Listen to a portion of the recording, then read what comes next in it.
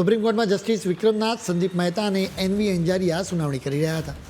તેમણે ચોખ્ખી વાત કરી કે છેલ્લા 75 વર્ષથી આખા દેશના તંત્રે રખડતા કૂતરાના ત્રાસથી લોકોને છુટકારો અપાવવા માટે કોઈ પગલાં જ નથી લીધા. બલકે આ જજોએ તો એમ પણ કહ્યું કે તંત્રે તો સ્થિતિ વધારે ખરાબ કરી છે. જસ્ટિસનાથે કહ્યું છે કે કૂતરું કરડવાની દરેક ઘટનામાં બાળકો કે વૃદ્ધ લોકોના મોત કે ઈજાની સ્થિતિમાં રાજ્ય સરકાર માટે અમે કદાચ ભારે વળતર ફિક્સ કરીશું, કેમ કે રાજ્ય સરકારે એની જવાબદારી ન નિભાવી હોવાથી જ આવી સ્થિતિ સર્જાય છે. એ સિવાય અમે કૂતરાને ખવડાવીએ છીએ એવું કહેતા લોકોની પણ જવાબદારી અને ફરજ પણ અમે નક્કી કરીશું. જો તમારે રખડતા કૂતરાઓને ભોજન આપવું જ હોય તો તમારા ઘરે લઈ જાઓ.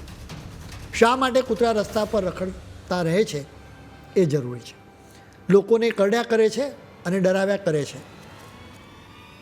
આ બતાવે છે કે સુપ્રીમ કોર્ટ રખડતા કૂતરાથી લોકોના જીવને બચાવવા માટે અત્યંત ગંભીર છે.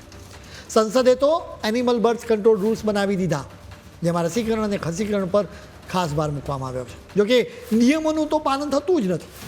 મહાનગરપાલિકાના સ્તરે આ મામલે ગંભીરતાથી કામગીરી થઈ જ નથી રહી. સુપ્રીમ કોર્ટે માણસોની સુરક્ષાની પ્રાથમિકતા આપી છે. હવે મહાનગરપાલિકાએ વધારે એક્ટિવ થવું જ પડશે.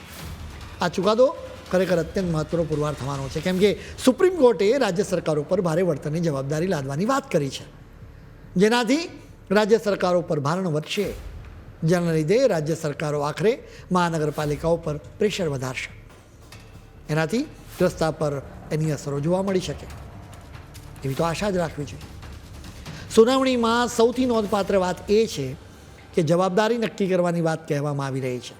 બેન્ચે આકરા સવાલો પૂછ્યા છે, જેમ કે 9 વર્ષના એક બાળકને કૂતરાએ ફાડી ખાધું તો જવાબદારી કોને કરવી જોઈએ, એના માટે જવાબદાર કોને ગણાવવા જોઈએ?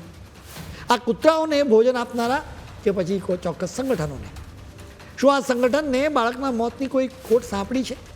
એના માટે જવાબદાર ગણાવવું જોઈએ કે નહીં?